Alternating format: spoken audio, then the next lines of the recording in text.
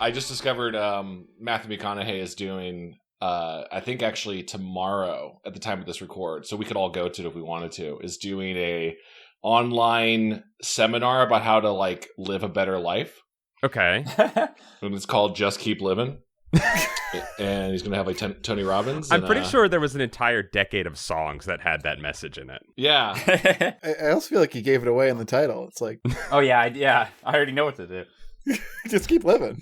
Oh, okay. Thanks. Yeah, I highly recommend you guys check out his trailers for it later, because he's just like, hey, you know what? Just like I asked my son where he's going. Where are you heading out to? And he's like, Papa, I'm going to camp to meet people. And he's like, that's the best thing to do with life, son. Just keep living. Isn't he like going to run for president or something someday? Probably. We're already headed. Yeah. I've heard scuttlebutt that he will. Wow. You've heard scuttlebutt? Scuttlebutt, yeah. What does that mean? It's a Philadelphia expression. Oh, I've heard it, yeah. It's a pirate term, right? I'm not just going to let that slide. What the hell does scuttlebutt mean? It's a pirating term, right? I assume that's where it's... Because scuttle sounds like a shipping thing, so I assume scuttlebutt was like, what's down here in the dredges? We're talking about how the captain's got scurvy. Scuttlebutt's just like talkins, like you heard somebody talking. Yeah, it is talkins, but it derives from the part of the boat that would be scuttled, which is the bottom of the ship, the butt of the ship, is where you would hide all the good stuff. So that's where the scuttlebutt was. I made that up. That sounds like a true meaning. Man, dude, you had me hooked on that. I was like, oh, interesting. I was about to go tell someone else about that. Oh, God, I'm so glad I saved you guys. Yeah, the scuttlebutt. Yeah, I knew this for a long time. It's actually the place where they keep all the really nice stuff that they stole in the bottom of the ship. All the jewels. Something I knew about for a long time. I read about it in the book, you know. I actually have the real etymology for it, if you guys are ready. I would love it. Sure. Okay, scuttlebutt in slang usage means rumor or gossip deriving from the nautical term for the cask used to serve water. So it's literally water cooler talk. What? Oh, yeah, okay. But why butt? Maybe you sit on it. You sit on a water cooler. A butt is another name for a cask. Oh. I like Austin's meaning. You sit on your butt and talk. Yeah, you bring the water cooler out, you get the beers, or you sit on it. Yeah. That's how it works in the office. Someone climbs atop the water cooler, and whoever's on top has to tell the story. I guess I was thinking of not a water cooler, a ice box, whatever you call those things. Yeah, a cooler cooler. Those are coolers. Yeah, just a regular cooler. The true cooler. Not a water cooler. I don't know if you can sit on a water cooler. Sitting on a water cooler would be a dominance move, I feel. Yeah, it's impressive in its own right, for sure. Yeah. Like Chad said, you then become the court jester of the office because you need that height to be able to look down upon everyone and lord over them with your tail, with your scuttlebutt tail. Actually, if you can climb on top of the water cooler, a lot of mid-level managers have to cede control to you. That's a little-known hack. I'm up high. What are you going to do? Yeah. They're like, all right, I guess you're in charge of payroll now. Good luck. Try it in your office this week if you work in one. See what happens. I'll have to buy a water cooler and put it in my room. Send us pictures. I would love a home water cooler. That's such a rich luxury. I would love that. Do rich people have water coolers? Actually, you know what? When growing up, all of the people that I was friends with that were affluent definitely had a water cooler in their house. All right, we had a water cooler growing up, but we were not. Whoa, rich Mr. kid Moneybags. Listen. Bet you can find a water cooler for pretty cheap if you're looking in the right places. Get it off Craigslist, get a cursed water cooler. I'm pretty sure our town just had awful tap water, and that's why we had it. Actually, yeah, not to get too real, that's probably going to be more and more relevant as more towns get poisoned water supplies. How you guys doing in Philly, by the way? We're you guys good. Okay? Our water actually did not get poisoned, but I was very aware of how tenuous our water situation is by that weekend. Woo. Yeah, it was like a dye or something that was poured in the water. Or? It was like a plastic, or like it was a vinyl, a liquid vinyl. Oh yeah, it was vinyl. Good, sure. Man. So like Yeah, we would great. have turned our guts into little vinyl tubes. You know, it's never super soldier serum that they dump in the water. It's never a train full of that. Or like a giant pack, like a Kool-Aid truck, like just the packets. Can you imagine? Right? Like, hey, this weekend everyone gets great Kool-Aid. I was gonna say if like mango water was just pouring out of your sink, it'd be delicious. Now that's what I would do if I was rich. I'd set up different faucets that had different flavored waters. You'd have okay. Fuck the water cooler. I want. Here's my grape sink. Here's my peach sink. Austin, I thought you were gonna say that if you were rich, you would go to water treatment plants and then treat the entire community's water with flavor. I thought you were going that far. Congratulations. Hope you like mango. That's a power move. That's because, you don't want to go to someone else's house and them not have mango water. You want to make sure that wherever you go, you're taken care of. Yeah. I like the idea of unwanted philanthropy. Like, Yeah, that's a pretty funny concept. You're welcome, everybody. we didn't want this. Go away. I'm trying to make spaghetti.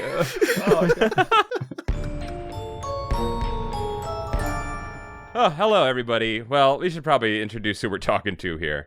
Welcome to Goosebuds. Welcome to Goosebuds. I'm Paul. I'm Kevin. I'm Chad. And we have a guest with us today. Austin, hi. What's up? How you guys doing? We're good. delightful. Luckily, I haven't dealt with anything cursed all day. Or haunted, or whatever the case may be. Nothing evil? No evil Nothing thing. that's very Nothing evil? so evil. It tells you over and over again how evil it is. Nothing that has declared itself as evil yet. Today we read the delightfully titled The Haunted Car by Carl Stein. And Should have been called the evil car, let's be real. yeah, that was really the operative thing happening here. If it was haunted benevolently, that'd be fine. But And it kind of was. The morally ambiguous car, at least. Let's start with this. Austin, you have just recently read Goosebumps books, right? Yes. For the first time. Mm-hmm. Oh my god. I had a bunch of friends who were always constantly making YouTube videos about Goosebumps this, Goosebumps that. And I remember seeing Goosebumps in the library, like they had the big sections for it and stuff, and I was super interested in it, but I was not allowed to read it, so I was unfortunately one of the people who was missing out on that type of book.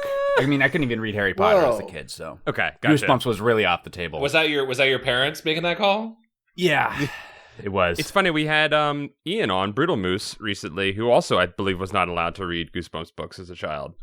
Well, we were raised in about the exact same area. Oh, okay. We went to the same college. I actually met him because I opened the door for him. So it doesn't surprise me at all. I know we both had religious families. So this has a touch of naughty subversiveness for you. I don't think I really felt the naughty subversiveness in my at age 32 reading Goosebumps. But, if I really had thought about it, maybe I could have roleplayed as I'm like sneaking the book into my room as a kid, reading with a flashlight. I should have done that, honestly. Now that I'm a little disappointed I didn't. Having read them now, do you think you'd be a different kid? Do you think it'd be a different life trajectory you would have gone down if you had read Goosebumps? Man, it's hard to say. I'd have not with just the haunted car. Maybe not with this one. No, you certainly would not have become a Carboy from this one. And none of us are Carboys, I don't think, right? No. Not particularly. Not really, no. I'm not anti-car or anything. I'm just saying, I had friends that were car boys, for sure. Yeah, I smile if I see a Mustang. That's pretty much it. That's about as far as car guys I get. Yeah. That's nice. I don't mean to brag, but I drive a Honda Fit, so I'm pretty much a car guy. So there is something that we wanted to talk about with you, Austin, that we actually talked about doing an episode of Arthur. Yes. The Aardvark, yeah. The Aardvark boy. Yes. What happened, if I recall, is that you hit me up and you were like, did you know the Goosebumps author R.L. Stein wrote an episode of Arthur? And I was like, I don't think that's right. I did not know that, but I knew exactly which episode it would have been, just based on that. But apparently, correct me if I'm wrong, he didn't write the episode? That's what it seemed like once I looked it up. No, we were sold a false line. We were told that he had written an episode, but we were lied to. I actually don't know if we were lied to. There might have been a cross line somewhere. But we did approach you with it, and I remember you said, wow, I know what episode it is. And then you responded back later and you said, I don't think this is right. I think you were I looked it up and I was so confident of what the episode was when you said that. Well, so I mean, if you tell me something, Paul, I trust it. Thank you. Believe it. Like the scuttlebutt. Yeah, exactly. Like scuttlebutt, which everyone knows what we're talking about. So I eventually did look it up, and I could not find anywhere that R.L. Stein had written an episode of Arthur. Apparently, he and Mark Brown were friends, though, and did do some collaborative works or something. Yeah. Yeah, they did some picture books, it looked like. Yes. Maybe that's where that rumor stems from. Yeah, and R.L.'s in an episode. I've never seen Arthur. So, and I think how it was explained to me, Austin, is you were the Arthur scholar, is how Paul, who I also trust with everything. I don't know if scholar is a earned title, but I'll take it anyways. You've earned that. Appreciate it. I am the #1 Arthur YouTuber, I think. But there is an episode R.L.'s voice acting in Arthur, right? Like, well, yeah, because there's a lot of celebrity appearances in Arthur, Mr. Rogers, stuff like that. So it wouldn't surprise me that he was in an episode. Putting R.L. Stine next to Mr. Rogers is a really interesting juxtaposition. They were both famous children icons, just they're in different ways. Yeah. One is pure good, and the other is R.L. Stine. One tells truth, one tells lies. Yeah. The episode that I did assume that it was, and maybe some people in your audience might be interested in watching this, there is an episode where an author creates a book series that's really popular. It's a horror book series. It's basically Goosebumps. Okay. And one of the characters' parents tries to ban the books, essentially. And then it turns out that he actually reads the books too, and something. I don't know. It's like it ends up being a happy ending. I thought for sure that had to be the episode that was written by R.L. Stine. That's kind of cool, having an episode about a book banning kind of thing. Like, that seems kind of relevant. Kind of need a little more. Need a little bit more of that nowadays, probably. Yeah. Yeah, I think it was a little. It's probably, you could probably make that relevant at almost any point. That's because true. It was also fairly relevant at the time because people wanted to ban, the Goosebumps books and possibly Harry Potter. I can't remember if they came out at the same time or not. Right. Now I'm a little depressed, considering that's an issue that we've known about for a while that hasn't really stopped. Austin, do you remember perchance what the name of the pseudo Goosebump books were in that episode of Arthur? To put you on the spot. The Scare Your Pants Off books. Oh. All right. Yeah, I like it. I could dig it. There was a little satanic panic going on. A little bit, yeah. And then, if I recall, it turns out at the end of the episode, spoiler alert, there actually was ghosts that were haunting the mansion or whatever. Okay, I'm convinced that RL had at least some notes for the episode then, if that's really what happened. Yeah. That's part of what I was so sure. That might be a 2-part episode. I can't recall. But because I think it's the first episode is the book banning type situation, and then everyone's down with the books and they're having like a Halloween party and it's haunted, and then it turns out at the end, the twist is that there actually was a ghost, but nobody realizes it. They think it was fake. Got it. And I thought it had to be one or both of those if R.L. Stine wrote Arthur episode, but alas. Was that your first experience with R.L. Stine, or had you read a Goosebumps before that? Well, apparently he didn't write the episode, right. So. Well, no, just like him being around you in spirit. You know what I mean? Like the essence yeah. of it. I didn't know who R.L. Stine was at the time watching it, but I was cognizant that it was supposed to be Goosebumps, for sure. But then you ended up reading some. I did. I started to read the Bumblebee one. I went to Half Price Books and I grabbed some. I still plan on reading the other two as well. Okay, that's gotten to yet. My Life as a Bee, I believe. Yeah, he turns into a bee. I can't remember exactly what the title of it was. Why I Am Afraid of Bees. Wow, I just totally blew that one. Wow. That's what it was. Okay, we have read that one. That was number 17 in the original series of like 100 books, so we probably read that about 8 years ago. Right. And I don't remember much about it. It's about time you read it again. It's definitely the best one, I'm sure. Kids are scared of, I think, of bees, you know? That's what's really scary. I feel like every once in a while on our Discord, people are surprised if we don't remember something from one of the episodes. Like, we have to dump this out of our brain to make space for new ones. You know, we're like Sherlock or Taskmaster, if you prefer a Marvel comparison. We only have so much storage. We have to dump other things. I have to clear RAM after a book is done. I definitely feel that. I'll have a kid will walk up to me at a convention and they'll be like, "Remember in this video when you said this?" I'm like, "No, it was like 8 years ago. I do not remember that." But you have to pretend like you do. Oh yeah, that was great. Your videos are different in that you're a little bit more spaced out than ours, but people talk about continue videos, which we put out every week. And I'm like, there's no way I remember anything. I don't even remember the games we play. I look at them and I'm like, I didn't play that. There's nothing in my brain. Yeah, I did daily Let's Plays for a few years as well. And I would have people point out, "Remember Pikmin episode 13? No. I think if you're the kind of person who makes wikis and stuff, like, that reinforces your memory about the thing. Like, you're looking for notable things. When the mic's on, you're just looking to survive, all right? If you get out on the other side, like, all good. But you're in fight or flight mode. Yeah, exactly. I like looking at it like that. I'm gonna look at it like that from now on. I'm gonna start like warming up as if I'm gonna box before I put a mic on in front of me from now on. It sounds fun. No fluids. You get to eat one tomato before you podcast. Like you're about to freestyle. Should we talk about this haunted car book a little bit? Yeah, let's turn the key. Yeah, let's get some meat off of this haunted car bone. Shut up and drive, as Rihanna always said. Or as the tagline of this book says, ghosts, start your engines. Or as the tagline of this book says, vroom vroom, I'm a car /ghost. For a split second, I was like, did the book start like that? I don't remember. Oh, okay, never mind. I don't know what it is. I'll just believe anything that Paul says. Thank you.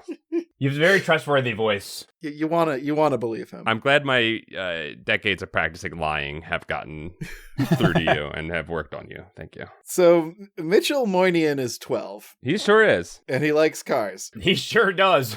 His personality is cars, 100%. He has one trait, and it's likes cars. It's cars. He's got a Chevy Impala. He's got a Firebird V8. He's got a Camaro. He's got doubles and triples of those because triples is best. Triples is best. Triples is safe. He's got all of them. He's got models on the wall. But this little kid, he doesn't know what a car is actually like. He's 12. No, but he is also, in addition to being a car master, he's a self-described legend. I forgot that he mentioned that. He legitimately calls himself a legend. He's never That's never brought back up again. Why he was a legend, and no other kids around him, of which many that we see many children. No one calls him a legend in person. We never hear that. No one bows to him or anything. Goes, oh, it's the car god. I guess that's why it has to be self-described. You know, if no one else is going to give you the credit, you got to give it to yourself. It'll catch on. I don't like spending time with Mitchell. He's not my favorite Goosebumps protagonist ever. No, but I do relate to being young and trying to find your thing. Like, even if it's not a very good thing, you're like, hey, I can tell which car is coming around, even if I'm not looking at it. Like, I guess I'm a car guy. It is good that he recognized he has a skill, and he's like, well, lean into it. They say kids spend their young lives trying to fit in. Adults spend their adult lives trying to stand out. Oh, damn. Huh. I always felt kind of the opposite. Like, I'm always trying to fucking stand out. I'm always trying to showboat. Oddly enough, and this is going to sound like a joke, Kevin has been saying, I'm going to stand out this year. You've said that many times to me. I have, yeah. This is my year of showing off. That's not a joke. That is a true thing that Kevin has said. I'm trying to strut my stuff this year. Yeah, well, next year you'll have to describe yourself as a legend. Maybe that's what takes it. Yeah, fake it till you make it. Just yell yourself as a legend, and people are going to start following into it. Well, I have to ask you guys a question real quick. Yeah. Sure. Have you guys ever been so excited about something that in the process of being excited about it, you smeared spaghetti sauce all over your face? Just wondering, because I'm not sure if I'm living a happy enough life. I've never done that. Austin, I love that moment because Mitchell is so excited that he reverts into a 2-year-old. He goes back, he de-ages 10 years in like the span of an afternoon. I wrote that moment down, but I think what I was more taken by was the accuracy of the 90s all-carb dinner. Just like spaghetti and rolls. Yep. With a big old glass of juice, baby. It's the biggest part of the food pyramid. Yeah, you need all of it. Yeah, you need... Now, if they were living in Austin's world, they wouldn't have had to have the juice on the side. It would have been baked into the spaghetti. Those absolute fools. The delicious purpley Goosebumps appropriate noodles. Yeah, because purple's a scary color. As much as Mitchell's kind of I don't know. A dinkus? He's a bit of a dinkus. You know who I love? I love his brother Todd. Okay, you love him? I literally wrote down how much I didn't like him. Well, as far as little brothers who are kind of bring out false leads about seeing ghosts and stuff, this is a pretty standard character, so there's not much there. But I just liked the Todd. This kid is probably like 10, 8. I don't know if they said his age. Not sure. But he's rocking an X-Files shirt. Yeah. And he solemnly says on page 7, the truth is out there. This is not like a great family. I just want to say, like, the dad has anger issues, without a doubt, ends up destroying his family's home. Incompetence issues as well. Without a doubt, I was gonna say he has anger issues. In addition, he is a danger to everyone around him and himself. Yeah, you can only be one. You can only be incompetent or a danger to everyone around you. You can't be both. I like the kind of combo of the little boy who is always looking for signs of ghosts and the combo of the dad who is making so many broken things in the house that is causing false evidence of ghosts. Like, the bookcase keeps falling down because dad put it up wrong, but it's giving Todd all the ammo he needs. I feel like a 7-year-old wearing an X-Files shirt in the 90s is kind of like seeing a 7-year-old wearing a Game of Thrones shirt in the nows. You should not be watching that. Yeah, that's not for you, dude. I do want to ask, so in the beginning of the book, Mitchell describes himself as a legend and a car aficionado. And then he says about his brother Todd, he says, Todd, I don't know what Todd is into. And I don't know about you guys, but instantly I was like, Todd likes video games. And then the next time thing we get a description of what Todd is doing, and it's playing video games every time. And I picked it up. I was like, Todd's into video games, and his brother is too quote unquote cool to realize that video games are way sicker than cars. He's making car models, which I would argue is a dorkier thing than somehow making like a car model is dorkier than making a Gundam model in my head. I was listening to the Final Fantasy VII remake soundtrack the whole time I was reading this, and it really improved the experience. But like when Todd's playing video games in the other room, Crazy Motorcycle kicked up, and I was like, oh, hell yeah. He's playing Final Fantasy VII. It could be. It's very possible in the timing of this book. He was probably playing that. Planet's dying, Cloud. We need more cars. I may have read into this a little bit too much, but did the book insinuate that Todd was the main character's illegitimate brother? Wait, what? Oh, right. Yeah, no, you're so right. It didn't it? Yeah. Where? So, Austin, you haven't read a ton of these. Every time that RL likes to describe what a character looks like, he pretty much leads with clothing. It's always clothing. And Mitchell describes his brother Todd as, he's so skinny and blonde and pink. And those are the only words he uses to describe it. Well, later he talks about how gross he is. While he's like having a conversation, eating cereal. And during the conversation, it keeps interrupting with the main character. I keep reading Mitchell's thoughts about how gross Todd is the entire time in between, just scattered through. Milk like falling down his face. So he's skinny, he's pink, and he has milk just like spilling all across his body. He's dribbled with milk. He smells of stale milk. He's basically a naked mole rat with a Hanson Brothers haircut. But to clarify, you were saying that it's because that Todd is described as having a different hair color, kind of like Joffrey in Game of Thrones. Take back to Game of Thrones, right? I was thinking the exact same thing. Yeah, the blonde hair is the signifier that ain't Baratheon. You know? Yeah, I mean, it didn't. I was wondering if it would play into the story at all. Turns out it didn't. No, I thought maybe I picked up on some crazy thing. Oh, it turns out that his brother actually is some. No, that wasn't it. I read into it. Wouldn't it be cool if RL made something like that actually tie back in? Wouldn't that be a great thing? His brother actually turns out to be the ghost. That would be like, sick. His parents are like, "Are you a brother? You don't have a brother." Yeah. That should have been what it was. We know from the minute we meet their new friend, who we're going to get to in a little bit. I believe her name is Marissa. Oh yeah, Marissa. Yeah, just so happens to show up during every time the car goes crazy. Marissa appears. It's a little obvious that she's showing up whenever the car goes crazy. And there is still another twist to come after that, but it's pretty obvious. It would have been nice for RL to sneak one around on us with X-Files Todd, but I don't know. Todd just wants to believe, and I'm with him. He should, like, let him believe in the ghosts and the spooks. And I wrote down this quote, and I don't remember who said it. I think it was Todd. And it's just, ghosts always do mischief. And I just wrote that down. I actually did not. What I do. It's just what they do. I don't know the context for it. I should have probably put some context in there. But I do love those words. I love those words a lot. Seems a bit prejudiced against ghosts. I agree. Yeah. Maybe you only notice the mischief because it's chaos. Like, as far as we know, maybe ghosts are like tying our shoes for us when they come untied. We don't know it. Think little tiny blessings. Yeah, the little ghosts are tinkering with the slot machine, getting you the jackpot. Yeah. I shudder to think of this country without hardworking American ghosts tying people's shoes at all times. Keeping America going. So this book, sets us up, right? We've got the family. Yeah. We've got Todd, the ghost-fearing brother. They've moved into recently a new spooky house on a hill that overlooks a town, the name of which I cannot remember, and it doesn't matter. Hunter Hill. Hunter Hill. They've moved into this new town in a spooky house. Sorry, the town is Forest Valley. The hill they are on is Hunter Okay. Hill. Got This it. doesn't matter. No one cares. It truly does not matter. For the archivists. Yeah. That's true. Yeah.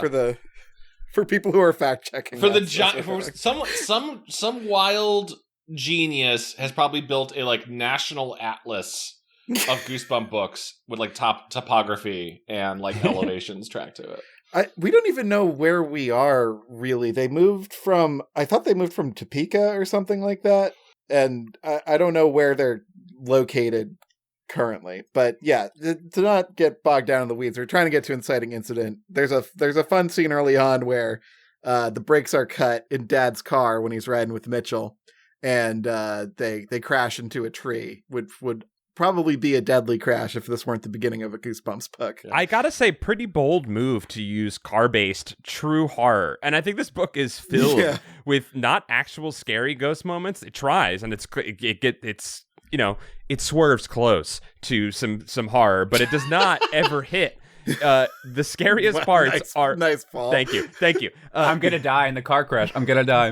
This car crash is so real, and like, how many times does Mitchell smash his head into a ceiling, door, or dashboard of a car in this book? Several times. I think a lot of drama. The main horror of this book stems around a thing that you don't understand, that is dangerous, that you just have to trust when you do a thing, it will do the thing you want. Like, there's a lot of scenes where he hits the gas and nothing changes, or he hits the brake and it goes faster. Right. It's like, you know the thing is supposed to work a certain way, but you don't know how the thing works. For all of Mitchell's, like, car legend status, he doesn't demonstrate any knowledge about engines. He just kind of knows makes and models of cars. So he kind of knows what any kid who's played one car racing video game understands about cars. Right. Yeah. He certainly considers himself a legend of cars, but cars do not respect Mitchell. No. And after the crash, like, it's kind of like viscerally real, where his dad like stumbles out and vomits, and then like he just pukes. It's like, and then Mitchell asks in a really like slapsticky kind of moment, "So we're getting a new car now?" I took note of that moment as well because of the seriousness, because they're like, "Oh, we okay? Everyone okay?" And Dad like gets out of the car and falls to his hands and knees and vomits. And then Mitchell does that line, and I was like, I guess it's like a Marvel undercutting of Marvel movie undercutting of a very serious moment with a joke. I was so proud of RL at that moment, because that's like, he did comedic timing right. Like he did a juxtaposition. Like, dude, you did literature. You did one literature in this book. As I had only read the Bumblebee book before this, for a split second, I was like, obviously the main character is not going to die. I don't think it was going down that direction. I was like, is Dad or Todd might be dead here. That's an interesting thought, though, Austin, because like, we had a car and we potentially almost had a ghost to haunt it. So that could have been the setup to the haunting. Yeah, oh my God. That was subconsciously partially what I was thinking. Like, maybe Todd is actually the ghost or something. I kept wanting Todd to become this character that was like super vital to the spookiness of the story, but kind of didn't really pay off like that. No, most of the kids, the little brothers or sisters, are just there for a couple chapters of like, I sicked a dog on you, haha, like little jump scare face. Yeah, right. And in the Bumblebee one, it was like, wow, you're so lame. The sister is just way not as lame as the Bumblebee kid. That's pretty much the sole purpose of any child's like siblings in these books, is to be lame, to emphasize a very specific point, right? Or story narrative, a lameness foil, if you will. Yeah. So they almost die, but thankfully Mitchell's wishes are granted, and a new car is coming out of this deal.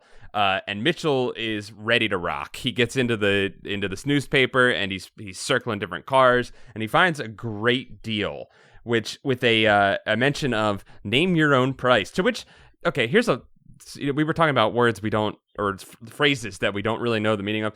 Dad calls it a come on, which is a very different thing to me. I don't think I've ever heard so I guess a false advertisement can be called a come on. Did you guys ever hear that before? This moment didn't stick out to me enough to remember. So. Vaguely, I guess I always interpret that phrase as like, it's a come on in that, you go to that person or whatever who's leading you along. And then when the other shoe drops, you're going to be like, oh, come on. Oh, I see. You're like, oh, come on. I get it now. Ah, come on, man. Is this a dad thing that I didn't know about? I don't know. There's a lot of good dad stuff in here. I actually really like the dad character for just being not just a klutz, but like he's killing himself constantly. Yeah, I kind of like this dad. He's a danger to himself and everyone around him. Yeah, imagine if Tim from Home Improvement, Tim Taylor, was like when he accidentally, fires himself into a bunch of drywall. You're like, I think Tim just died. Isn't that how that show ended? I thought maybe I'm misremembering it. It was a very special episode. The very special episode might have been that Tim finally got killed by a bunch of he made a super lawnmower and it ran over himself. I thought Wilson came over and shot him with a gun. Now I want to watch this show again. It sounds a lot more interesting than I remember. So they go to this house, Mr. Douglas's house, who is selling this car. He's from the Creepo Depot, if I'm being honest. You think so?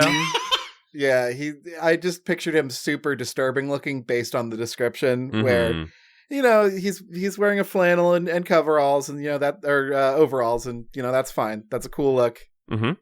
But he's described as like his eyes are really blue and small, and he's got a permanent O mouth. What's the O mouth about? What is that? Can you guys picture that? Because I could not picture anything. I just pictured him making an O with his mouth at all times, and that's weird and off-putting. He doesn't he's so chill that he doesn't feel it necessary to close his mouth around others. I thought he was pretty sick, honestly. I like the guy. Nothing to hold back is what you're saying. Nothing to hide. Also loves bacon. Who doesn't? He smells like bacon, which is a good smell, I think. So yeah. Well, yeah. Not if a person smells like it. No, probably not smelling like it, but I was referring to the opening. They're talking about the scene where, they show up at this guy's house, right? And they're like, Mitchell smells cooked bacon going on in the kitchen, which I just thought was worth stepping out for a second in that, thinking about what is actually happening in this scene. What we know is I put out a paper listing to basically put a cursed car in some other people's hands. Right. I have a lot of emotional baggage attached to this car, which we'll delve into. God, I really need some fucking salted pork right now. I wonder if that was supposed... this is maybe giving her all too much credit, but I wonder if that was supposed to be a hint about Marissa. Because, like burning flesh. No, I mean like burning flesh. Yeah. There was someone else in the house, so he could leave the bacon unattended. Yeah, someone had to be cooking it. Yeah, because bacon will burn up real fast. Exactly. So. You have to monitor that bacon. You guys don't just walk away from your stove and just let it cook for a while? Yeah, when the smoke stops, that's when it's ready. I like to look at bacon in the morning. I like to hyper-focus on it. I agree. It gives you something to love in the morning. Thank you for doing this bacon detour with me. I just wanted to really call out that moment. You're welcome. An interesting detail. And I'm glad you brought up Marissa because we'll get to her soon, but I don't know. I didn't even when I found out that she lived with Mr. Douglas, spoiler alert for later in the book, I did not expect her to, I don't know. It never clicked. It never really made sense to me that she lived there. So it's interesting that you say that this is actually a little bit of a sneaky detail that RL put in there to kind of, maybe give us a little bit of a hint. Yeah. This whole scene gains a lot of context when you know how the book ends. Cause, what you think is happening is he's selling them a haunted car because all you know at this point is the book's called The Haunted Car. And so when there's this kind of fucked up moment where Mitchell says, I can drive in 4 years, and Mr. Douglas kind of looks away and bites his fist. Oh my God, I hadn't thought about that. Jesus. Yeah, that moment stuck out to me too. It's this is looking a little sus. He starts to cry. Yeah. He starts to cry. And I'm like, is he conflicted about killing a kid with a haunted car? That's really fucked up. That's how I read it. Yeah, he's gonna be he's gonna be a murderer in 4 years. He's I think that's the initial thing you're supposed to read it as this guy's feeling guilt over passing a curse. Right. But he's not. He doesn't know the car's haunted. He's mourning Becca, his evil daughter. Yeah, very evil. We're gonna get to it, but I love that Becca's sister calls her evil after she's been dead for a year or something. Yeah. Well, apparently she was right. I just envisioned that's all she ever said when she was alive. Too. I mean, it's all she says is a ghost, so you're probably right.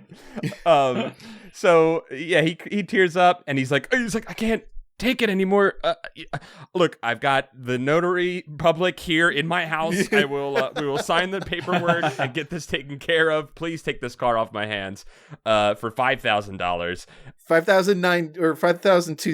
$2,000. So who knows what that is? I was a little annoyed that he did. You know, to be honest, he did actually give a bit of a come on because he had said name your price. And then now he's like, well, how about $5,000? I can't believe the dad didn't go, well, how about $200? Dad did give in. After Dad talked a big game about not buying anything that day, he did go for the first offer when he probably could have, with the tears and the sadness that man was showing in front of him, probably could have played into it. So yeah. I don't know about your guys' parents or any of your role models that teach you how to, like, my dad put a lot of rules about when you buy a car, you have to like neg that seller real hard. You have to like show no emotion. The fact that while they're looking over this car and Mitchell's just like, wow, it's so cool. I did that one time when I was a kid, and my dad pulled me aside. He's like, shut the fuck up. We don't like this car. It's like, I thought we did. He's like, no, we want the seller to... He didn't say fuck, but he basically... Of course. And, you know, he's like, yeah, we want to make it seem like we're not interested. Don't help him. And, like, yeah, Mitchell's blowing it for Dad in terms of negotiation here. Like, literally cartwheeling, about to break his spine on the yard. He's doing cartwheels around the house. You guys ever been so excited you cartwheel? I can't say that I have. Not lately. Luckily, I'm not sure how it would go. Could be dangerous depending on the circumstance. I don't know. I mean, I haven't bought a haunted car anytime recently, so maybe I would get very excited in cartwheel if I bought one. I'm not sure. They end up buying the car though. They buy it, they go for it, they bring it home, and this is when Mitchell reverts into I don't know what happens to Mitchell here, but he is slathering spaghetti sauce all over his face at dinner. Loss of motor control. Maybe the ghost is inside of him already a little bit. He just keeps saying, vroom, vroom, I want to go. Like, yeah. I'm a vroom, vroom boy. Yeah, he says that over and over again at dinner. And that was my favorite part. I'm a vroom, vroom boy. That was the best. I put my bookmark on that page to go read it again later. I underlined that part. It was definitely. I'm gonna come back and read that a couple more times. He's so excited. He's so pumped that they have a cool car now because the car, like, he all but sings "Grease Lightning" as he sneaks outside to go sit in the car. Yeah, he can't. He's looking out longingly at the car, which is beautifully framed in light and glistening, and it's like a winter's eve with a cloudless sky. And he goes outside to the car, and the car. Have any of you guys seen the trailer for the movie Skinamarink? I've seen Skinamarink. Yeah, okay. In the trailer, there's this creepy voice that says, "In this house." Yes. In this house, yes. And it's very creepy. The car speaks to him, and I heard it in that voice. Oh, that's so much scary. But side tangent. Can't believe after seeing Skinamarink, they never say "in this house" in the movie. Yeah. That's the scariest part of the trailer. It was. I like what's happening here with Mitchell sneaking out to, like, you know, just kind of have some alone time with the car. And I'm like, yeah, when you're a kid, materialism is super cool. Like, getting a cool new thing. It is. It rules. Like, just sitting and being near the material feels nice. You haven't read Fight Club yet to question your idea of capitalism. Yeah. Or like when you're driving home from like Babbage's and you have like the game, but you can't play it yet, and you're just looking at like the packaging and the manual and all that. That's why we like smells of things. Like the smell of magic cards is like, is like a little commercialism drug that I can take that takes me back to that time.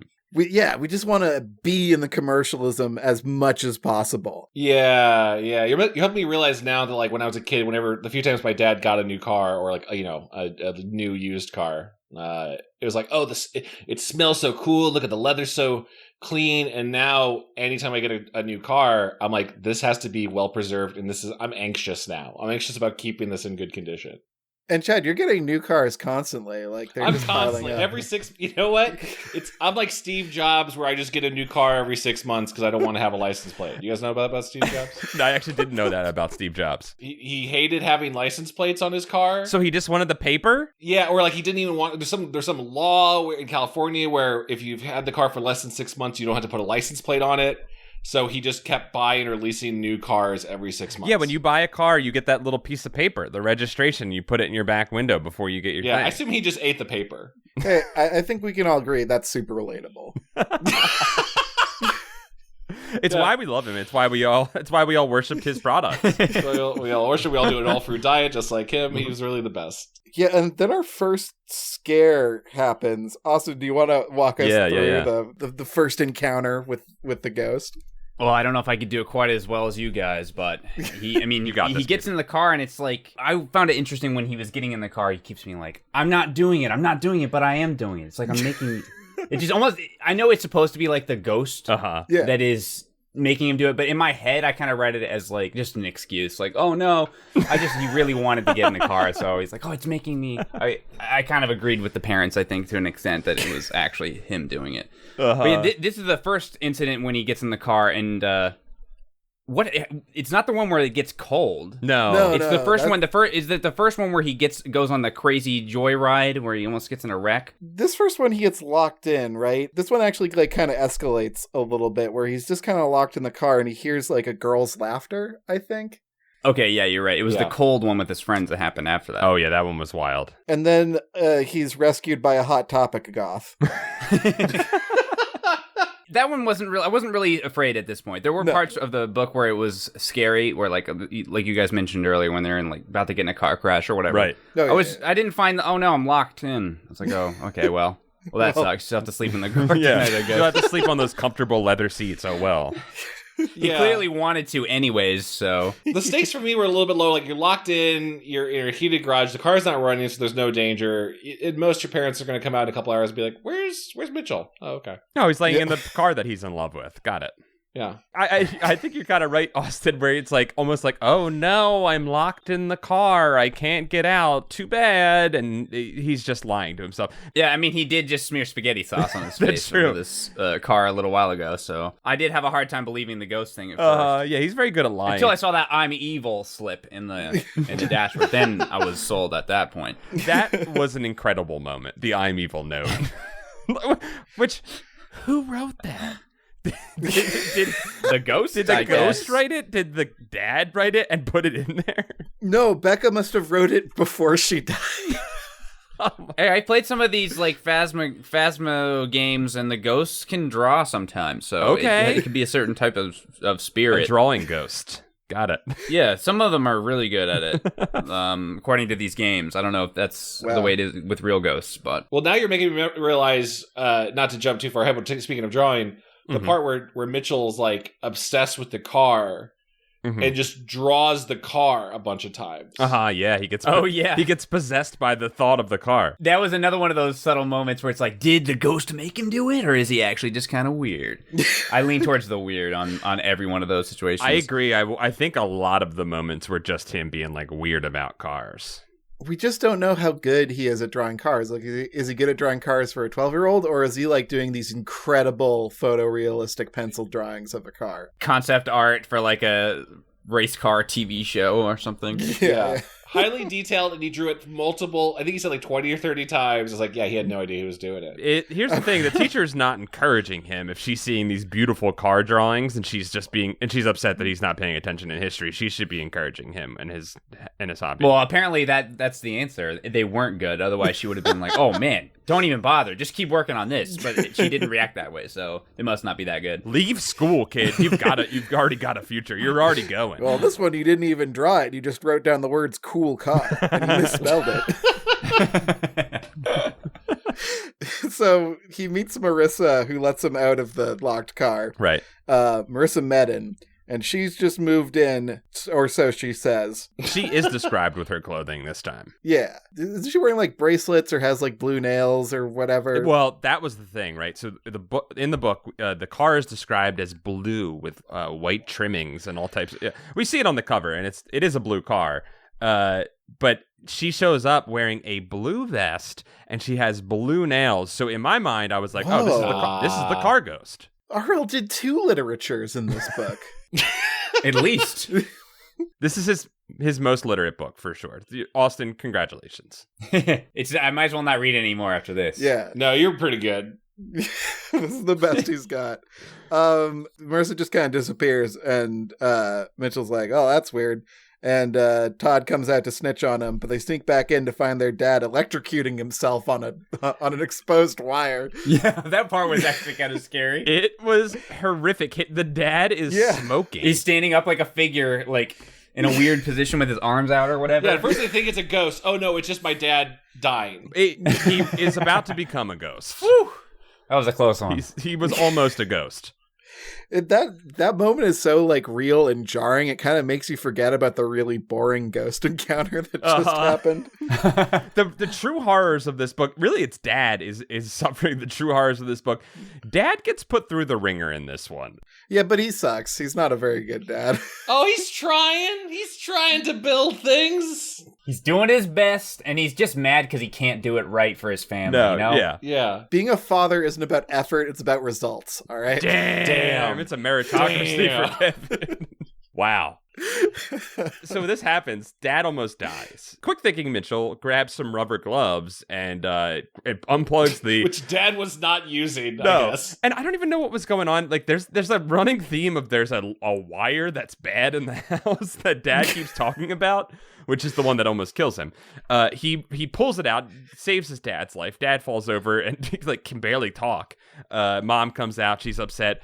And then we jump to the next part of the book, and Mitchell has already forgotten about Dad's near-death experience and is back to dreaming about the haunted-ass car. He's clearly used to his dad's near-death experience. That's fair. He's had 2 in this first quarter of the book, so he's obviously used to it. We're not exaggerating either. Like, the electrocution description was like, I'm trying to find it. It was like his lips had pulsed purple and his skin was red. He definitely suffered some permanent damage to his body. Yeah, that was probably, other than some of the car scenes, the scariest part of the book. Arguably the scariest part. You make a great point, too. He does change, because for the rest of the book, he refers to him as my purple dad throughout the rest of the book. That was almost the title of the book, but the car ended up being more prominent. My purple dad.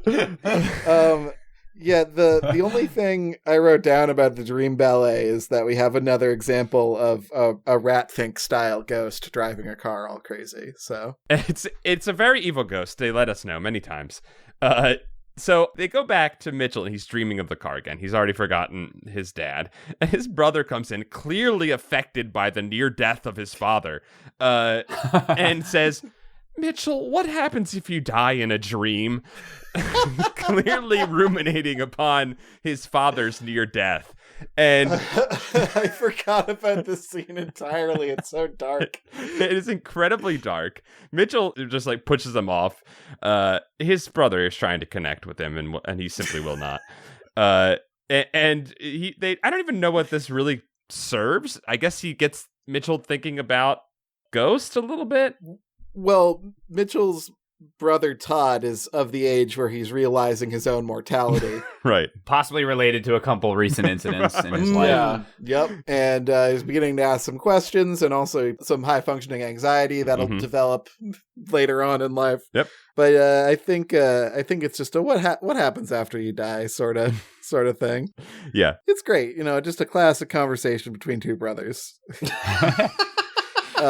So yeah, no one knows what happens when you die in a dream. Scientists still can't tell you. Mitchell goes to school, draws the car. He begs his dad to take him out again in the car. He's not put off by the weird getting locked in the car experience. Mitchell's okay with it. He hasn't bought into this thing being haunted yet. In fact, Todd is saying over and over again that this is a haunted car. That because Todd's been reading a lot of Goosebumps books or Scare Your Pants Off books. Yeah, it's wild that he wears an X-Files shirt, which is not age appropriate, when he could have just been wearing a Goosebumps shirt and had a self-promo in the work, but okay. R.L. Stein is above that. He won't self-promote. He simply would never. I got this Goosebumps shirt at Target. It was $9.99, available now. Also, I love that you say he told you that. I like to imagine that you were watching that Arthur episode, and he turned to the camera and was like, "I would never self-promote with him." Yeah. By the way, just unrelated to the story happening, I would never sell out. I would never do that. So Mitchell hasn't bought into this being a haunted car yet, and his friends show up. This was before the "I'm evil." This is sticker, right? Yeah. Yes. It hasn't revealed itself to him. So when Todd's not sick yet. No, they're not going to get the. Well, they're not getting the Advil. I forget what they were. No, they never would. Ice cream, and milk. I don't know if anyone else noticed this, but I just love the idea that Todd doesn't need the aspirin. It never says that they have aspirin for Todd, who's sick. No, it's just he doesn't need it. He doesn't need it. If he's anything like his father, his body will need to fight death constantly. So we must train him young. They're getting another home defibrillator in case Dad tries to repair a thing again. And they're out in a rainstorm, and they can't find the button that starts the windshield wipers. Super relatable. Very relatable. Hashtag relatable content. Mitchell looks in the glove compartment, finds a note that says, "I'm evil." And what a chilling moment. I cackled. I don't laugh often reading these books. That really cracked me up. I wrote down a note. It just literally wrote, "I'm evil." I wrote the exact same thing. I actually wrote, "I'm evil," note. That's all I put on. I thought about elaborating for myself in the note, but I was like, nah, that's all. I just need the "I'm evil." You might forget later. Am I evil? Look at the note. I'm evil. Okay, cool. all I could think of was, and this is for no one, I'm just saying this for myself. All I could think of was the national song Conversation 16, where the chorus has the guy from the National singing in a super deep, beautiful voice, "I'm evil." And I'm like, yeah. Every national song sounds like a spooky song. Agreed. It is. Yeah, it does. He's spooky Frank Sinatra for sure. You know what I'm saying? Yeah, man. He kind of is. So in this rain, I think Dad had an interesting turn of character where, if I remember right, he pulls over to the side of the road to figure out where the button is. But everything else in his life has been very much just grab the bare wire without any gloves on. I thought that was an interesting change for him. Yeah. Well, the near electrification, or electrocution, the near electric, he almost died to electricity the prior night. Yes. So he's finally had that moment that went a little too far. He's second guessing himself. He's changed. Now. He's like, I cannot change any further colors. I'm just going to stay purple for the rest of my life. So he realizes that father type is weak to electric type. And his mortality looms. So he pulls over. Then nothing really happens. I think Mitchell's friends show up, right? This is where Mitchell's friends show up to see the car. Yeah, that's the next note I have. I forget if they just drive home after he finds the "I am evil" note. I don't think anything else really. I think they just come back home. Yeah, okay. Yeah, I forget when that friends come into play. I believe it's here. I believe they show up. And they're like, you keep talking about this car and that you're a legend of cars, and we need to bear witness. So he's like, oh yeah, let me show you the cool cars. So they go outside and they get in, and this, Austin, is the frigid part. Yeah. Yes. Yeah. So Alan, Steve, and Todd are all locked in the car. This part was actually a little spooky. There were quite a few parts. I agree with you with like the kid getting sucked into the car. Like, I think it could have been him just giving himself excuses to do what he wanted to do, but it also is like kind of a cool ghost element where it's like possessing him and forcing him to enter it. Like, that part is spooky, and the things that happen around that are actually pretty spooky. Except he wasn't, just to clarify, he wasn't like vacuumed into the car. He was like compelled. Yes, compelled. If they made it a TV episode out of it, he probably would have been vacuumed in. Yeah, you're right. That would have been cool. No kid could be like coerced. They need to be forcibly pulled into the car on TV. The cold, though, that's when it really got real to me. That's when I kind of like sat up in my chair after that. I mean, actually, I was laying down, but metaphorically, I sat up in my chair. I was just gonna say, like, this part where I guess the stakes are these kids who we've never really talked to much are now all going to freeze to death because the AC is blasting Arctic cold at them. I was like, this is pretty impressive. They can't even breathe. It's so cold, which I don't think I've ever been in cold that cold. Have you guys? I knew a few folks who like to blast the AC a little too hard, and it felt rude to correct them on it. So you've had hard breathing times. I've suffered as they have suffered. I was just impressed with the car's engineering. That it must have clearly been like just topped off with some Freon, and it's not going to be that cold after you do it again. But I figured it had to be like the chill of the ghosts, because, you know, that's what they always say. Sure. I mean, I'm sure the ghosts turned the AC on too, just to like, for the effect, but I figured it had to be the ghost chilling. Yeah, the ghosts definitely turn on the AC to plus up their chilling ghost effect, for sure. Yeah, I mean, it was only like 10% the AC, but 90% the ghost, but that extra 10%, you can go a long It really way. sells it. Yeah. Yeah. And everyone's blaming Mitchell because he's sitting in the driver's seat, but the key isn't even in the car, and they're all locked in. Somebody calls Mitchell a dumb cluck. A dumb cluck, which I saw that too. in 2023 is extremely close to cuck, which made me start thinking about cucks and not clucks. I was like, did RL just write you dumb fuck? And then the editor was like, well, that seems a little blue for Goosebumps. So Just out of nowhere, like almost halfway through the book, just dropped the first F-bomb. I think that was his editor's like main job, was just getting rid of all the cussing. Like RL was always just spouting off, and they're like, ah, geez.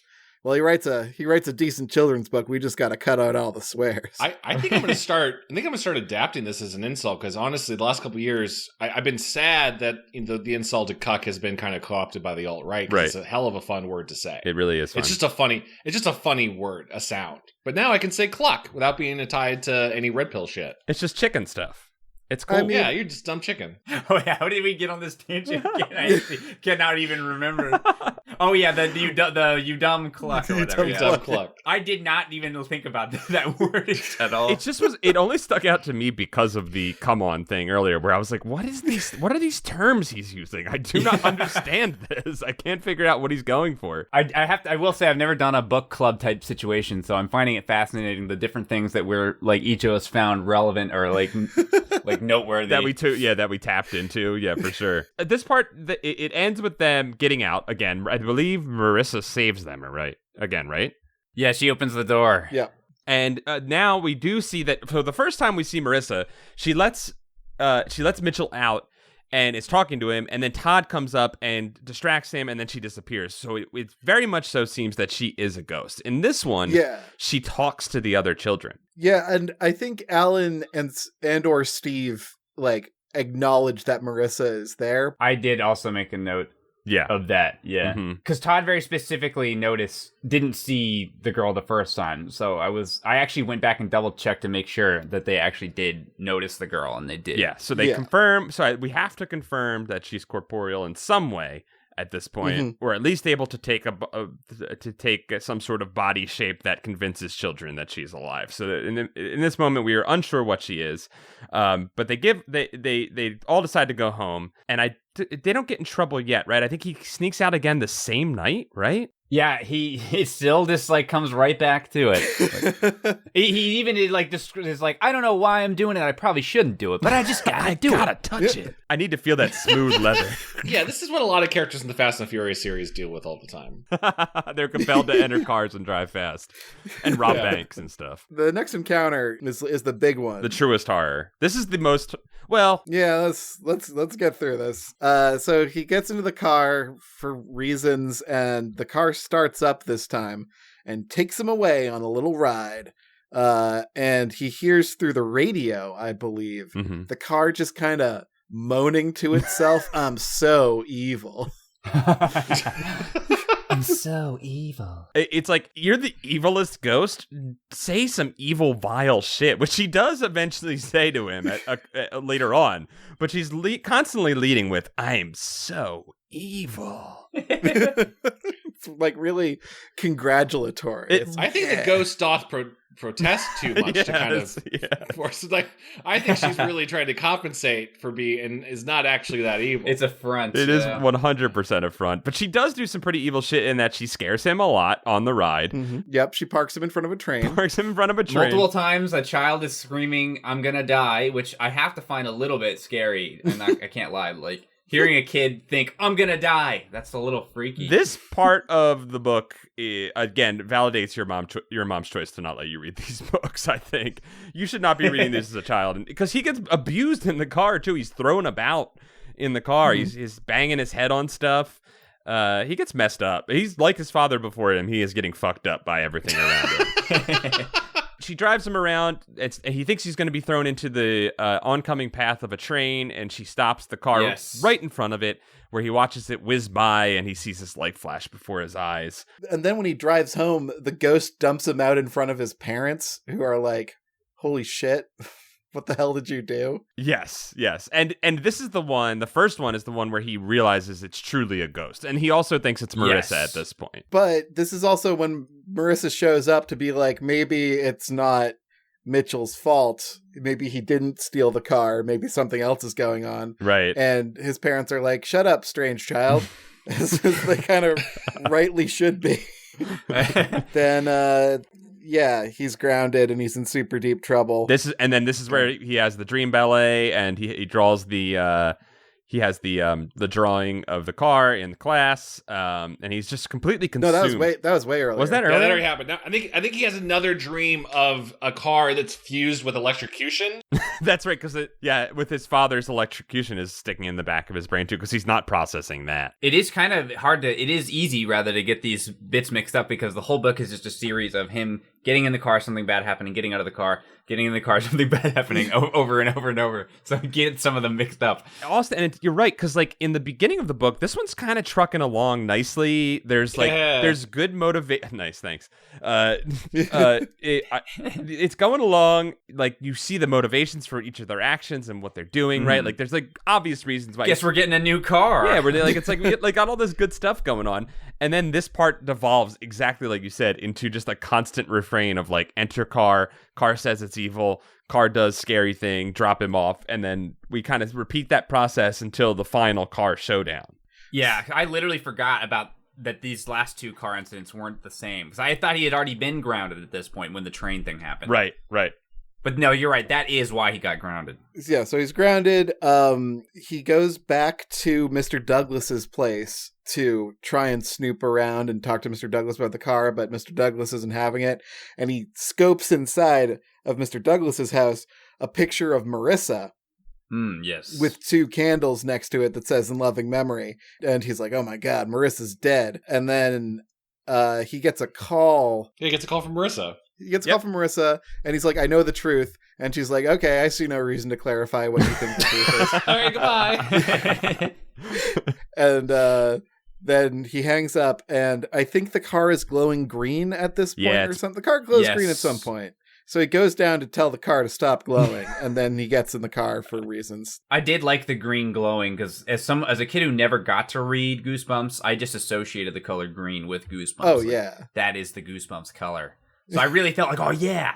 When the car started glowing green, I did get that sort of like weird nostalgia, or what would have been nostalgia of like, yeah, I'm reading Goosebumps. Hell yeah. The car's all green. Glowing green. It's Goosebumps signature. Oh man, I'm glad you got to have that. That's sick. It was brief, but I did have it for I'm glad we did this. You're welcome. You're welcome. Yeah. That's what you want to call it. During the time that Mitchell is grounded, he goes and talks to his brother Todd, consulting about this, and he mentions that Todd is playing You Don't Know Jack. That's right. That's right. Which was a beloved trivia game that I like to play as a kid. And he's like, just really goes on. He's like, my brother loves those games. He says they crack him up. I'm like, yeah, Cookie was really funny. It was a really good host of those shows. Cookie is good. I'm still pro Cookie. He can be a little annoying sometimes, but he's cool. Was that a paid sponsorship that was not disclosed? It certainly felt like it. You know what? You could say that, but knowing RL, having read hundreds of his books at this point, he certainly likes to put in what he's like probably dealing with in his daily life. Like his kids were probably playing the shit out of that game. And besides, he did confirm to me personally that he does not sell out, so I guess I should have remembered that. That's right. Yeah. RL probably a big fan of Jackbox games right now. Probably playing a lot of. Or he thinks the kids are, or he thought the kids were when he was when he was writing the book. He was just ahead of his time, honestly. I like that you keep threatening the idea that maybe he's selling out, and then being like, no. Yeah, I forgot. He would never. No. He's the man of his word. He would never sell out. Yeah, that's true. So I forget how we get here, but he's in the car. Oh, okay. So his parents leave because his aunt is sick or something like that. But he's grounded, so they're like, you can stay home or whatever. We don't really care. Yeah, there's like, you need to take a time to cool off. Yeah. You're acting crazy. We're going to leave you here with the car, so cool off. Dad doesn't take the car. It's insane to me that the dad doesn't take the car keys. No, this kid is obviously he's tormented by this car, and they leave him with it. Like it's like he's got some sort of like he's like addicted to a drug, and they're like, we're just gonna leave you with the drug so you can have some time on your own to just ponder it and not touch it. Mitchell and Todd also scope out the house that Marissa said she lived in, and turns out she doesn't live there. That's right.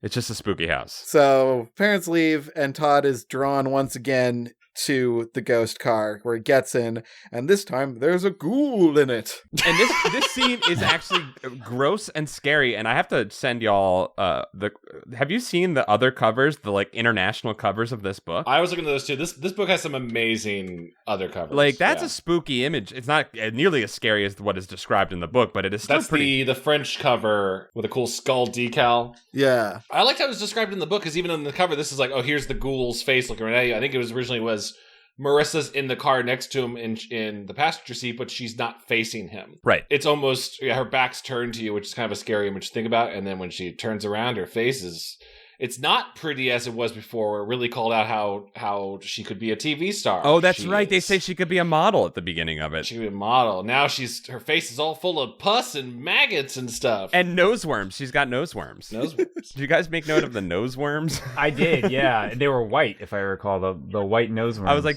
don't think I've ever seen dangly nose worms. That's kind of, that's gross. That's really sick. There was something kind of creepy about the picture of it in my head. That French book cover you posted was not what I was thinking. I was imagining this like very small girl in this very large seat, just like turning around with the goopy stuff falling on her face. Actually, it was a little bit creepy. It was creepy. She was melting before him. In fact, she does melt in the car. She starts to, she turns to him and she's talking about how evil she is and stuff, and then she like leans forward, I think, and melts into a green gas and disappears. And weirdly, Mitchell isn't pumped to have visual confirmation that something exists beyond the veil of death. Like, he's not being like, cool, this isn't it. He's just like, I'm scared. I am scared. Well, I mean, she's just saying I'm evil, so he's just saying I'm scared. He's matching the energy of the room, you know? Yeah. So the car starts up. This is what Tesla has been trying to do with self-driving cars for the last 3 decades. It is a fully self-driving car, and it just peels out. Oh my god, we just have to put our dead in the cars. We just have to haunt the cars, and then they'll drive. Just need someone to watch over it. Don't let Elon hear this. The ghoul reveals that she died in this car, and she says, I was only 14, to which Mitchell replies, I'm 12. He's like he's trying to negotiate one upper, like, oh well, actually. I mean, you had a little more time than me. It's a little more unfair for me to die right now. Give me 2 more years, and we'll come back and we'll do this car ride again. We'll loop back, we'll touch base. I like that he says this to her, and then she's like, I was close to your age, and then I killed myself by accident by driving a car too fast. So you have to die. So now I must punish others. Yeah. Yeah, I did find that a little funny as well. It's like, can we stop and talk about this? Because your logic actually is not really making much sense for your... Yeah, this entire time in the book, I was kind of curious of, like, even when you didn't know if necessarily the ghost was possessing the car or the car was sentient, like a Christine. Like, why don't think the car, when she was, like, taking him for the the thrill ride and almost hit the train, it's like, I don't think the car wants to be destroyed, because if the car is destroyed, then the ghost is destroyed. Mm-hmm. How did the car sustain no damage from the death of Becca? I assume that it must have just got fixed up, I guess. Which means that the seller did a lot of disservice, right? He didn't disclose that on Carfax. In a previous accident, yeah. That's why you need that Fox. What's that Fox commercial? Yes, Carfax Fox, yeah. Not sponsored by Carfax. Yeah. That's the end of the book is just a commercial for Carfax. I actually did find it super weird. I thought it would have been a lot spookier and made the sad dad thing make more sense. Not that the dad wouldn't be sad either way, but make the whole like sad, got to get rid of the car thing make more sense if the dad had been the one driving it. Right. It would have been But like because she was just so evil that the book wanted to like nail that home, that she took the car and went off on this crazy driving spree. What's that great old viral video where like that 8-year-old boy got arrested for driving a car and he's like, I just wanted to do hood rat stuff with my friends. Yeah. Yes. That's her energy. That is 100% Becca's energy. I guess what RL was thinking was that he wanted it to kind of be equivalent to the main character. Like he wants, like, hey, you better watch out because this could be you in the future. I still think it would have been way better if it was the dad got in an accident and then the girl died. She didn't necessarily have to be evil when she was alive. She could have just been evil in death, but, you know, oh well.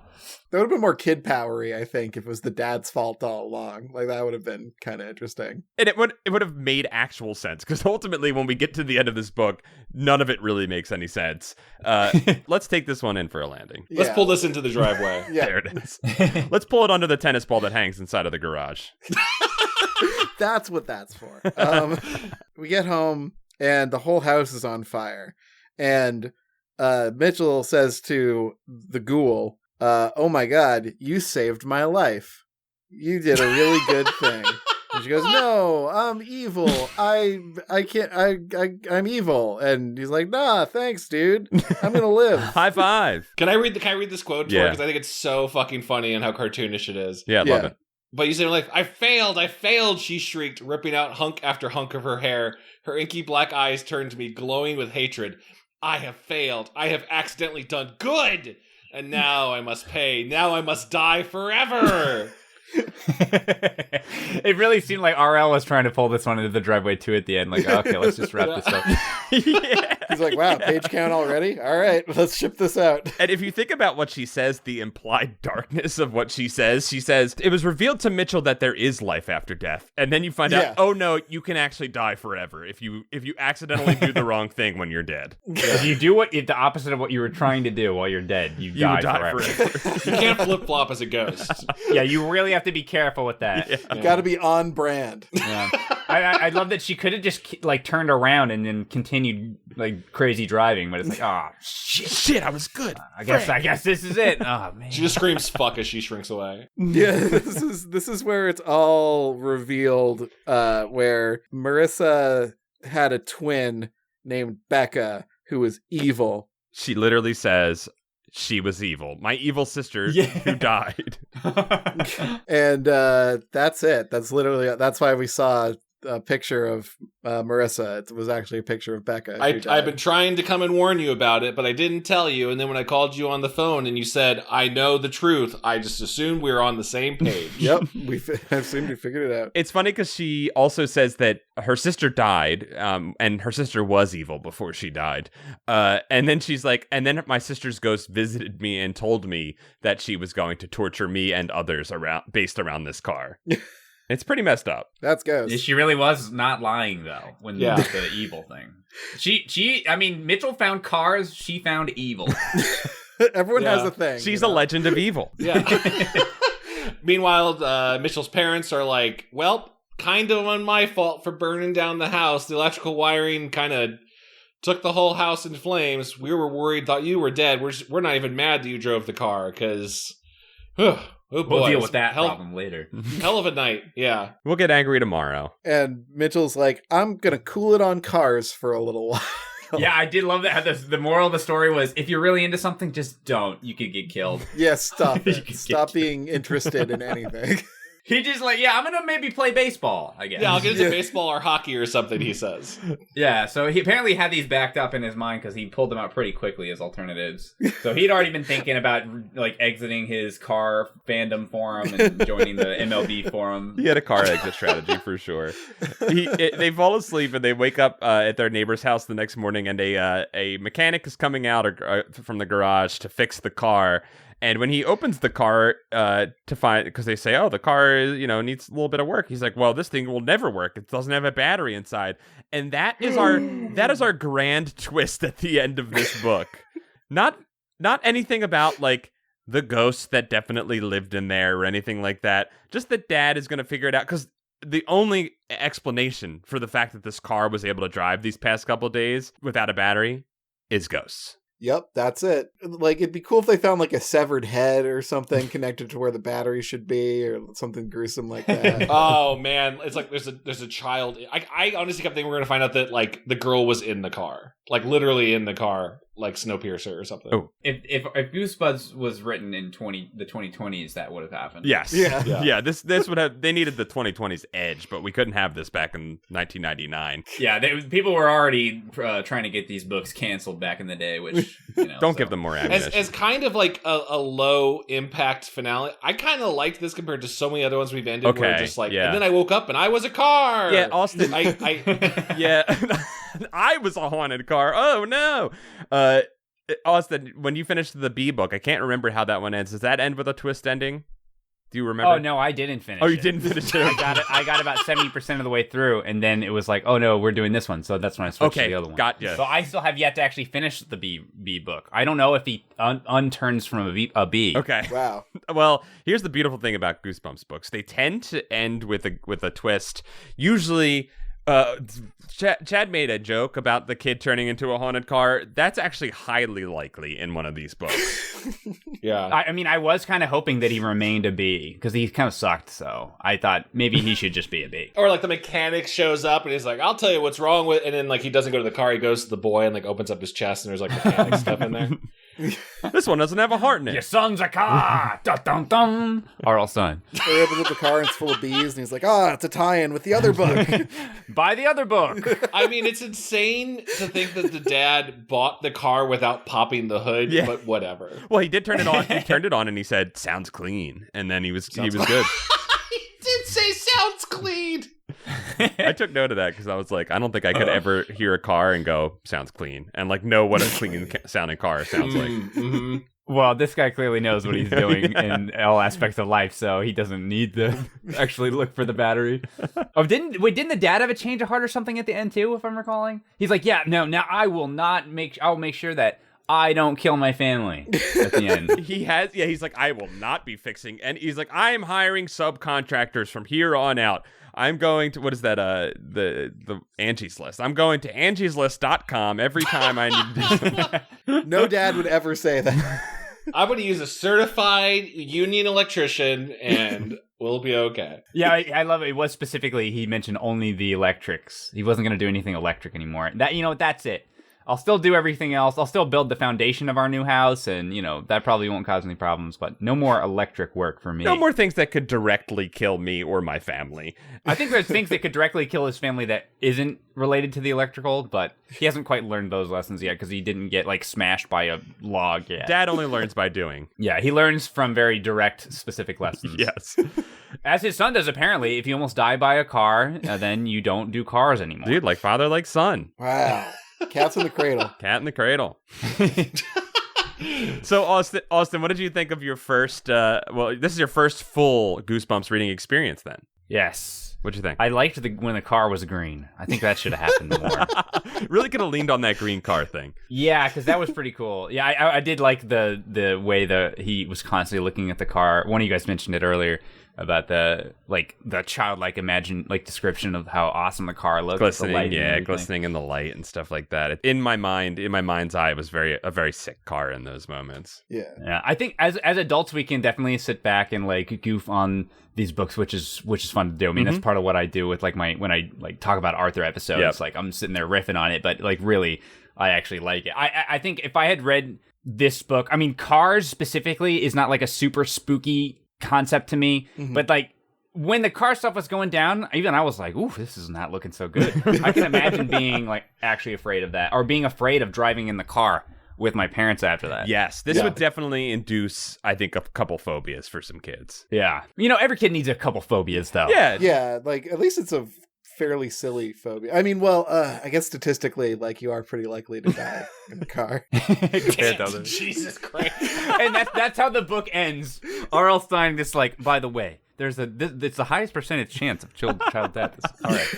So be careful. If you're driving in your car while listening to this podcast, please be careful, everyone. We love you. I like to think in the TV episode where the kid gets vacuumed into the car that we've already directed in our minds, that he shows up for a very special episode moment at the end to give that exact speech that Austin just gave. There was points during the book where I could perfectly visually see a Goosebumps episode. Yes. Like the part with the girl turning around in the car, I had that like visualized in my head. That was a creepy part. Yeah, so even the car, like when the car's like driving around, I could see just like the kid in this car. In my head, the car, once the kid got in the car, I don't know why, but in my head, the car was huge and the kid was actually small. He was like getting thrown around, like not like to an insane proportion, but like a little bit bigger than it should have been. Sure, yeah. And which made it extra haunted. That's how I would do it if I was directing this. And he's just getting like slung around, and A car that's bigger on the inside than the outside. yeah, I mean it is haunted. Terrifying. Emphasize the smallness of Mitchell. Yeah, that's part of what made it seem spooky. It's like he's so helpless. He can't even. He's like not even as big as he. Sure, like you can't, like it can't reach like the steering wheel, like Yeah, and the horror segments had some of that aspect of like one of those dreams where you're like trying to drive the car and you can't brake and it's not working, and stuff like that. Yep. Or like even like you're playing some sport and you're trying to run to keep up and you just can't, like, and you can't figure out why. It had some of those like nightmare aspects to it. Absolutely. I gotta say, I think this one was actually written pretty well. Sometimes you'll read these and they'll be repetitive. There were a couple moments where he did it in this one where like the kid is asking a lot of questions in a row, and it just feels like he's kind of like buying time. But I think that was really minimal in this one, and there were some like severely scary things. The speakers were scary, the voice coming through the speakers, which it said scarier stuff, but still a scary idea. And the spooky ghost, the spooky car rides. There was a lot of good spooks in this one. I think I have a new theory on which Goosebumps books tend to be good. And it's boring title equals better book. Okay. I could see that. Haunted car, haunted school, like these ones are more like conceptual on the inside, and like stuff that sounds like the title came first, like Werewolf in the Living Room or whatever, tend to be kind of boring executions of the title. Yeah, more limited. Bingo bango, book's done. Got the title. I'm good. Right. And this one he had to work for. Yeah, I kind of think when he has an actual idea for a book, it's better than when he has an idea for a title. But that's not how Goosebumps books are made. I like this theory. Well, I think that was a bump, guys. Yeah, I think we bumped. Austin, thank you so much for joining us, man. It was, we were a big fan of your stuff and really honored to have you on the show with us. Appreciate it. Yeah, this was a lot of fun. Maybe we'll do it again sometime. I mean, I haven't quite scratched the Goosebumps itch. I want to watch some of the episodes. I mean, most of our guests are usually so scarred from the experience that they don't want to come back. So you saying that means a lot. I have not been scarred enough yet. Maybe later on, if I'm like turning my computer off and then about to go to bed and like out of the speakers, I'm evil. Maybe at that point I might have to call in and be like, I'm going to cancel that future appointment. Can't do it anymore, guys. I'm sorry. It's affecting me mentally. Things have taken a turn. But it hasn't quite hit yet, so... Next time we'll do a Scare Your Pants Off book I would episode. love to read. Yeah, we had talked about doing Arthur. If there's any way to do something like that, I'd love to. Where else should people check out all your stuff besides we've mentioned your YouTube channel? Yeah, I mean my original YouTube channel, PeanutButterGamer, been going for like almost 13 years or something. Wow. Still upload on there, but I also have a new channel, youtube.com/Peebs, where we upload a little bit more frequently, like less scripted stuff, more just like having fun, heavily edited stuff on there. So you can check out that. Nice. Sick. Kevin, Paul, you got anything else we should be checking out? The Super Try Game Jam finished up this month, and there are a lot of cool submissions. So if you want to go to jam.supertrystudios.com, you can play some cool free games in your browser that some cool folks made with me over the last couple months. Super Try has a submission there. We made Joe and I made a skateboarding game that's pretty fun. It's hella fun. Yeah, and I'm working on that a little bit more this month. But there are a lot of cool submissions. I super recommend playing The Rocketeer, which is a really cool little visual novel that moves through all these different like modes. It's really cool. Nice. And there's like a Monkey Island style adventure game about a skateboarding dwarf that's really good. And there's one called Spinalization, which is like a god game that uses a slot machine sort of mechanic. Ooh, yeah. Like buying resources and then you're spinning to see if your civilization survives. There's a lot of good stuff. If you want to check it out, it's at jam.supertrystudios.com. And thank you to everybody who participated in the jam or submitted themes or just thought about something creatively. I appreciate all of you. Thanks for jamming with me. I don't have too much to promote. I will just reiterate, check out Austin's stuff. If you don't know it and you're listening to this show, you will absolutely dig his stuff. So please go check out both of his channels. Mm-hmm. And hey, if you also want to support Goosebuds, you can go to patreon.com/goosebuds, pledge and keep the show going and get access to a bunch of cool stuff like our Discord, bonus Camp Goosebud episodes, and join a pretty awesome community. We love you all. Also, check out Continue on TikTok. Are you guys on TikTok now? I don't know. Maybe? I think we are. Yeah, I've strong-armed you guys into making a TikTok channel, so go check out the TikTok. I don't even use it, so I don't know. I was told that we're there, so yeah, go check that out. Well, I'll go follow it because I made a TikTok account recently. Also, I figured it's finally about time. Austin, what's your TikTok? Is it PeanutButterGamer? I think so. I think that was taken. I had to cheese it a little bit, but yeah. Oh, fine. I also Twitter's dead, so I'm on there now as TikTok as Quantum. All right, let's all move to TikTok. I'm into it. Let's do it. I'll resist with you, Paul. Thank you. I'll stay in the lame zone. Okay, cool. You're gonna love Kevin. You gotta get on Indie Gaming. That's a different conversation. I don't have anything to plug, but I you know what? While we're talking about haunted cars, if you haven't checked it out, go watch Maximum Overdrive. Stephen King directed film from the 90s about killer cars coming alive and holding Emilio Estevez and Yeardley Smith to hostage in a gas station. It's fucking wild. Stephen King was famously on cocaine while he directed it. There's a truck. I don't know if you guys ever seen it. There's just like a car that just has a machine gun strapped to it. I love that. Holding them hostage. Gun cars. It's fucking cool. I did actually see this movie when I was young. I remember. Yeah, it used to be on TV a lot. It's just a great bad movie. Cool. I love it.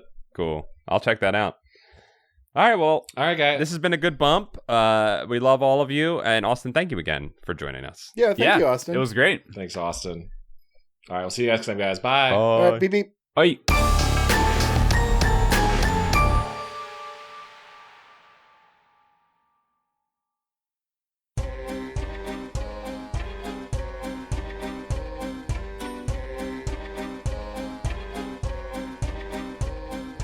This episode of Goosebuds is brought to you by our wonderful Patreon supporters, especially those forever immortalized in the digital Book of Names. The Book of Names. Book of Names. Starting with Stefan Jive Turkey Kuwabara, Hollis Hornbeak, Low Belly Hate Me pledges all 15 XFL fans in the population of Gumby World to the Grey Ghost Kevin, except Prickle, who loves pop. I didn't get fucking Prickle. God damn it. Oh, you remember my high school mascot.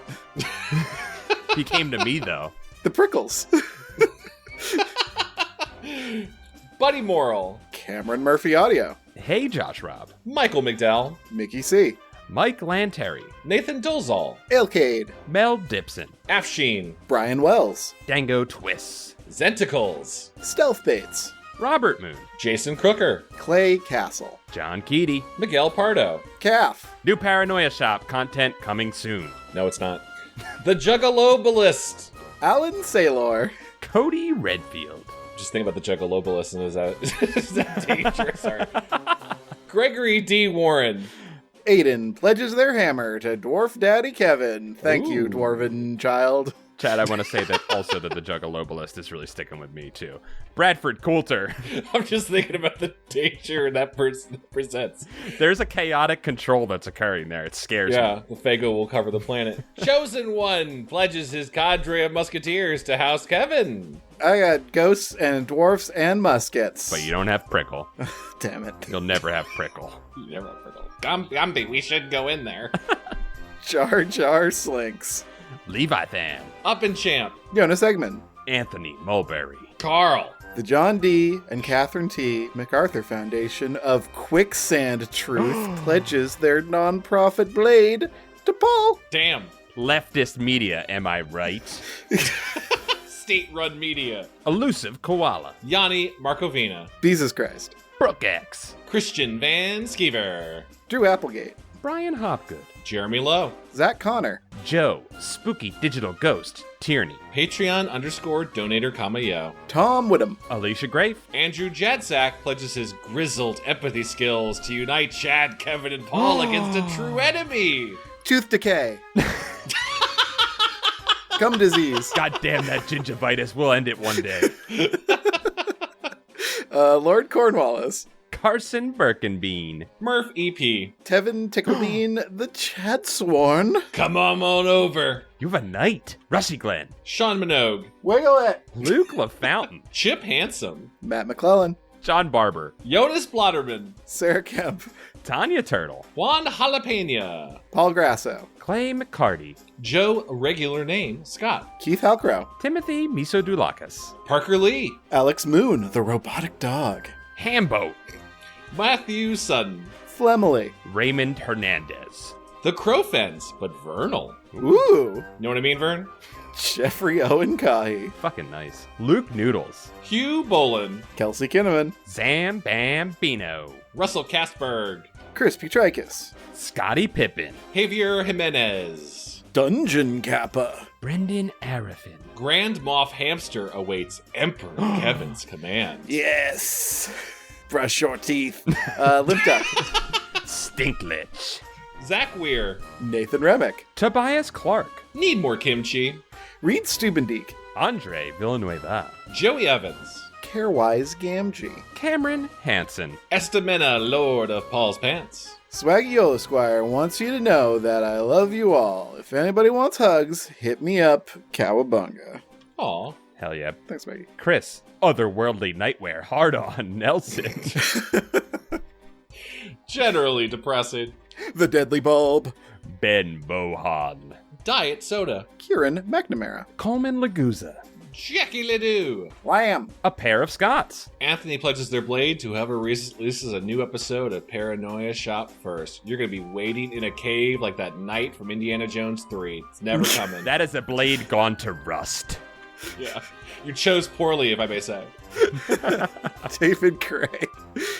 Levi Kidder. Bryce Dury. Calamity Carl.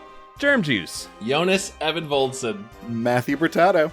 Carpson. I am Cornholio. I need TP for my bunghole. Nick Johnson. Boning. Dr. Diarrhea. Stephen Day. Nicholas Maloney. Some of Chad's bird friends. We pledge our talons and sharpened beaks to Chad. Yes. They made them sharper? Yeah, they get sharper. You got calcium beaks. Burgers Crunchy PB, parentheses, yes, it is still edible. Do not check the expiration date, close parentheses. Peanut butter just doesn't go bad. It's silly. No. Jeremy Yeah. Bowser. Ryan Carroll. Dr. Egg Drop Soupman. Eric Horowitz. Tiffany Leah. Thomas Jancis. Lucretia McEvil. Mutant Astronaut. Ninja Bread Men. Megan McCormick Mason. Peanutberg Level 69. Helodicus Frenchlin. Henry Torbert. Aaron Lord. Adam Knapp. Dr. Chocula pledges every claw and fang under his command to Paul. Ooh, I hope that's a lot. Brad Schmelzer. Chick. Logan Derby. Moon Juice. Floosh. Caleb Mr. Misfire West. Mandy Nasty. Skullatorin. SSJ Trogador. Yoplin. Philip Reynolds. Chicago Frank returns. Nate Bit G. Mike Spaghetti Jones. Ryan R. Davis. Scott Wable. Mr. Unimportant pledges his fake doctorate to whoever calls dibs. Dibs. Damn, he's so fast. We'll see in the edit, Kevin, who said it first. I don't know. Kevin's teeth are really clean and words come off him fast. Josh Howell pledges his zealotry to whomever needs it most. It's me. I do it. I need it. It's me. I need zealotry. Rocco. Evan Bowen. Chris. Sean Aston, master. Sean Aston masters the Gundam Death Scythe Hell Amber by 311 AMV. Yes. Oh. My man. I had a cat named after that song. It's been a while since we've had an update in the Sean Astin saga. So. Yeah, I'm glad he's doing well. Yeah. Yeah. Also, one of the coolest Gundams you can possibly have. Good pick. Greg Musto. Chris Kulik. Dakota Kemp. John W. Soggy Newspapers. Allie Rose. Hi, first time, long time. Saturn Video. Sprinkle Buds. Hilda B. Serial Killer X. Kiwi of Lerv. Wade Norcross. Kevin, your escaped monkeys are watching you and your monkey shines. Friends? I don't know what that was. I don't know what I was going for there. I just tried something and I stuck with it. Cool. Yep. I like it. Thanks, man. I like your follow through. Thanks. Benjamin Luther. Kate the Great. Kit Bush. Mike Hart. Ollie Sutz. Sirison. Dennis Wright. Jover the Moon. Edgar's Crassus. Cameron Ganseveld. Cassandra Harris. Gulliver. Greg Gervasi, a.k.a. Wiedersehen. Hi. Hey Greg, that's up door. Anthony Rodriguez. B. Big Nick Lane. Dom's Dirty Dong versus King Kong will be 3 hours long. Tonight at 11. Whoa. Well, I like that. That's a move. I kind of rapped there. Yeah. Kira and Brian are big fans. I'm getting all the shout ones today. Soap. That last name was my favorite. Hey. The blade of the Goblin Grader is pledged to Chad Quant. Welcome Nice. aboard, Goblin. Alpaca Acquaintance DDS. Department of Dope Stuff.